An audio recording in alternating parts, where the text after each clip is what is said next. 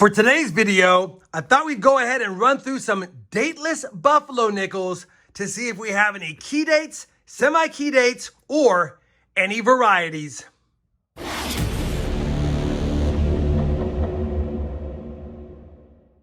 Hey everyone, it's RobFindsTreasure and welcome back to the channel. I have been asked over the years to do a Nic-A-Dating video, not a how-to Nic-A-Date video, because I have one of those. I'll actually put that link down below in the video description. I'll even pop it up here for you guys. But just to do a Nic-A-Dating video on all of my dateless buffalo nickels that I have gotten over the last several years, and we've got a lot of them. Now, I have Nic-A-Dated quite a bit of the ones I've gotten over the years when I do the coin roll hunts, because I like to do those when I'm doing the hunt. That way we can see the dates. But I've bought in several coin collections, and these are all of the Philadelphia dateless buffalo nickels. Man, that is on tight. Philadelphia dateless buffalo nickels, or if they have an area where the mint mark would be that I can't see, it could be a DRNS, but I can't tell, so I just called it a Philadelphia. In this other jar is all of the Denver and San Francisco verified mint marks. I can see the mint mark, or at least I know the top of the mint mark's there. And so these are the ones we're going to focus on today. Yeah, I can take my time and do a lot of these, but that's going to take a lot of time. So if I get to this at all today, it'll just be a section of it. This is the one we're going to focus on. This is the one that could have the better dates. This is what we want to see, because if I can get some type 2 buffalo nickels that have the DRS mint mark, that would be nice. And of course, if I got any other varieties, that would be cool as well. All right, this is becoming a long intro. What we're going to use for this is my trusty mat. We're going to have a microscope and a loop. Should we need them, I'll get that turned on. We're going to use Nic-A-Date, of course, and I'll be using the rest of my ugly one first. And then a dipping solution like water. And I should be having gloves, but I've gotten really good at doing this, so I'm probably not going to use gloves in this video, although I do recommend for those that are new to Nic-A-Dating, it is an acid, you should wear gloves. I think that pretty much covers it. Let me dump this out. We'll look at a few by hand, and then we'll begin the Nic-A-Dating. All right, we're going to start with a small sample set here. No reason to dump them all out. Bottom line is we're going to take the ones with no dates but have mint marks. This one should have a part of a mint mark at the bottom. Yeah, so see, this one looks like it might have an S or a D. If I can see a mint mark, I won't Nic-A-Date the back. If I can't be certain what it is like this one, I will Nic-A-Date it, although I think that's an S. And then on the other side, we have basically no información whatsoever. And some of these should have mint marks that we won't need to Nic-A-Date the back. Like that one's clearly an S.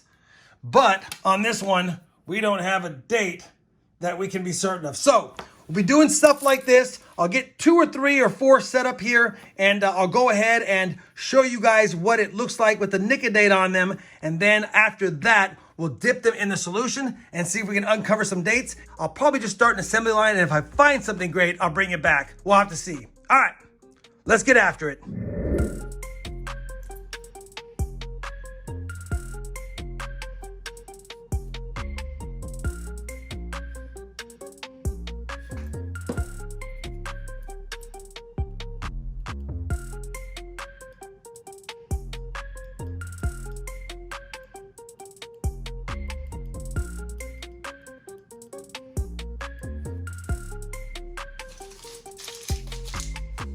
All right, put a little bit too much on the first one, but I like to try to do it as little as possible. The next step, what I'll do normally is take my loop, grab the buffalo nickel that has Nic-A-Date on it, and see if I can see a date popping on them at all. And once I can see the date, I will rinse them off. Looks like we are going to get a date on that one for sure. Let me go ahead and dip these in the solution, get my hand camera put back in my hand, and we'll see if we have dates that we could read. All right, we've got the first 3 done. We have 2 from 1916. This is going to be a 1916, and it's hard to see the mint mark. It didn't come out very well, but it's something down there. I believe that's going to be a 1916 Denver. It's really hard to see, but there is definitely a mint mark on it. 1916 Denver.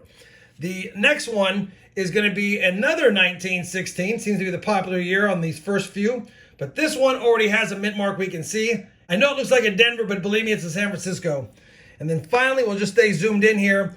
We have a 1920. Got the date on that one.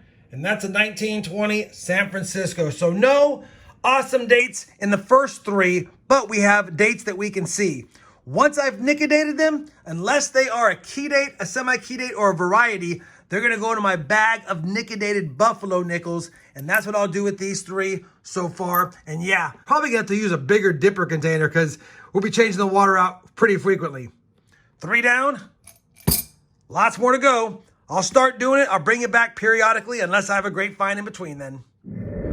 All right, we've done 7 so far. I'm putting them in date order up there, but take a look at this. We actually have a semi-key date buffalo nickel. Hopefully you guys can see that. That is a 1913. Took a while to get that date to show up on this one, really slick, but that's a 1913 type 2 flat mound with the Denver mint mark. So we'll definitely take that. Lower mintage, of course, in this Nic-A-Dated condition. Definitely worth a lot less, but still nice to see. We'll put it here, 1913, Denver, and then San Francisco goes below it. Pretty good assortment so far. All teens except for the 20S. Let me get back after it. We are back. We have now done 15. I've got another semi-key date buffalo nickel found. That is most definitely a 1924, and there is a San Francisco mint mark. So 1924S, obviously, yet again, anytime you Nic-A-Date a coin, you're only going to get 10 to maybe 20% of its value. This is a pretty nice Nic-A-Date job because you got a full date there, no problem, and you can see all the information you need to see, but still in rough shape overall. All right, most of them in the teens, but we're starting to get some 20s, 24S, 25S, and a 28 Denver and 229 Denvers. Got lots more to go in this first dump out, so let me get back after it.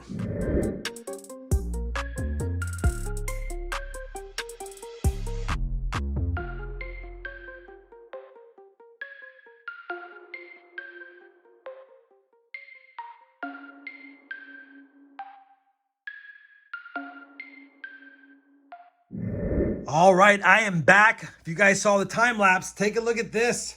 Take a look at this. That is most certainly a 1913. Got that date nicely, and the back is nice. That's a 1913S Variety 2. Let's just make sure, let's put this under the scope and double check the reverse first. Yeah, that's a no-doubter. 1913S, type 2 mound, and I don't know if we can see it under the scope zoomed in. Might be kind of tough to see it under the scope zoomed in. It's hard to tell. But if you look at it in hand, that's a 1913.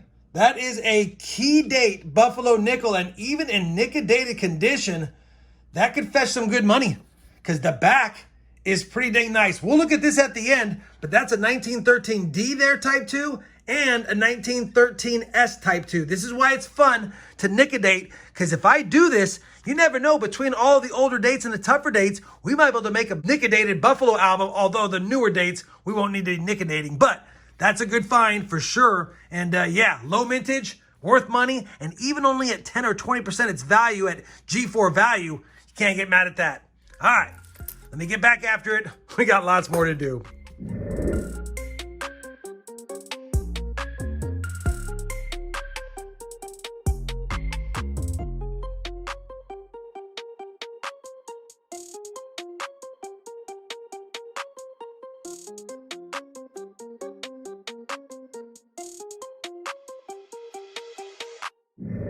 All right, we've got that first dump out done. You saw the two 1913 type 2s. I have a spot for 1913 type 1, but 13D and S, best find. 14D, 15D and S's, 16D and S's, 17Ds, no S's, 18D and S, 19D and S, 20D and S, 24S, 25S, and these are all the 27s, 28s, and 29 DNSs. No big deal about those. So, one semi-key date right here. We've got another semi-key date up there and a key date. Not too bad so far. 3 good finds in the lot. Of course, they're all Nic-A-Dated, like I said. And yeah, we're going to keep on going. I don't know if you guys like the time lapse or not. I might switch up the camera angle. But yeah, we're going to keep on going. See if I can get you guys seeing more of what I'm looking at. If you see me use this, I'm taking a look at the back first. And if I see the mint mark as a D or an S, Ds go here, S's go here. That way I can just focus on the fronts and then put them on the top or the bottom. I have found a couple without mint marks that I missed, and they're going right back into the Philadelphia jar so far. All right, let's get back after it. I'll see you on the next update or on the next good find.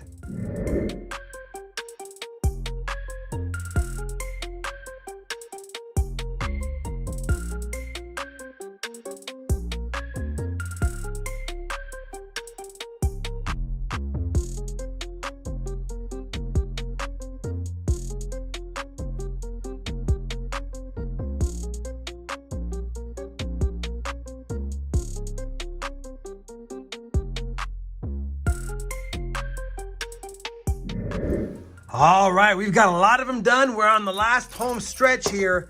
Wanted to show you what we got. Now we got the 13D, the 13S, both type 2. We got a 14D better date, two 14Ss, bunch of 15Ds. We do have a better date 15S as well.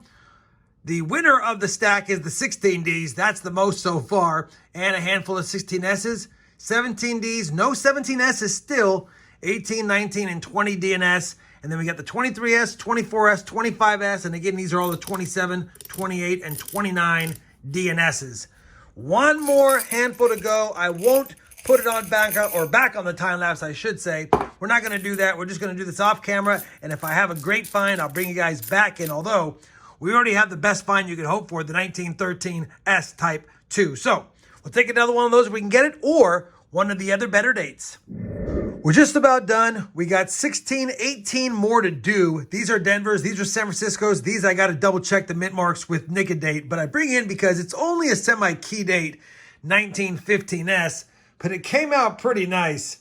You can clearly see the 1915 no problem and San Francisco mint mark on the back. So figured since it was nice enough, I'd bring in on it. They don't always come out that nice and that great, but that one did. 13, 14, 15S. All right.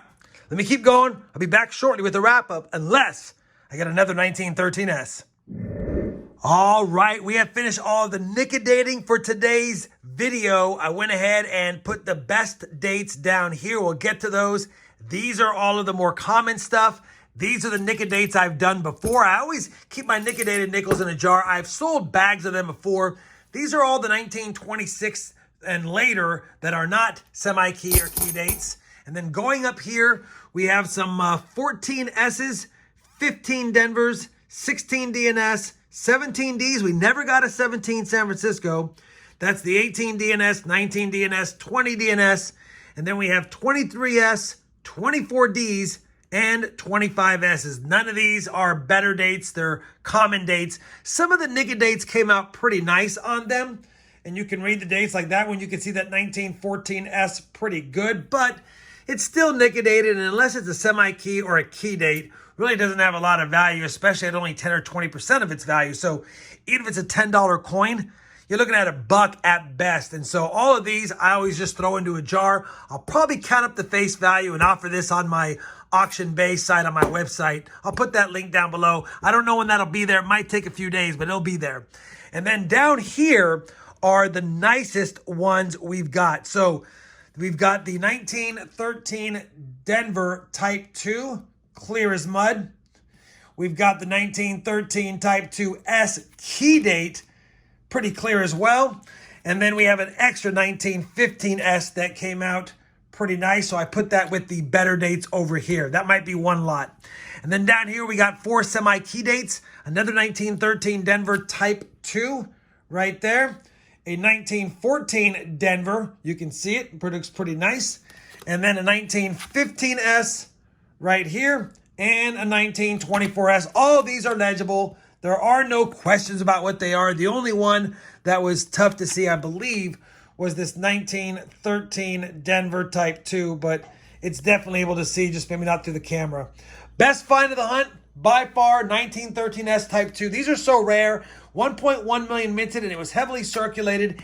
Even in a G4, I think Gray Book is like $190. Now, this is only going to be 10 to 20% of that, but it's still a $20 to $40 coin, in my opinion, for a book filler for someone, and it came out pretty nice overall. You can clearly see the date, and more importantly, you can clearly see the back, and the back's in definitely decent shape for having been Nic-A-Dated on the front.